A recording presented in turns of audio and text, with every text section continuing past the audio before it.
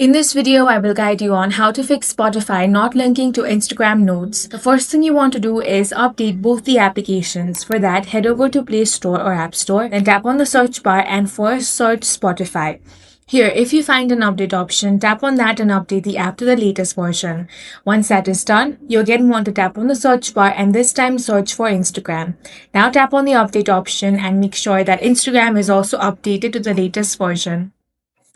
Now you want to clear cache of both the application. For that, tap and hold on Spotify, tap on this app info icon. Now scroll down and tap on storage, then tap on clear cache. Once that is done, head back. Then do the same for Instagram as well. Go ahead and tap on storage, then tap on clear cache. After you've done this, launch open Instagram, then tap on this paper plane icon to open up messages. Now tap on notes.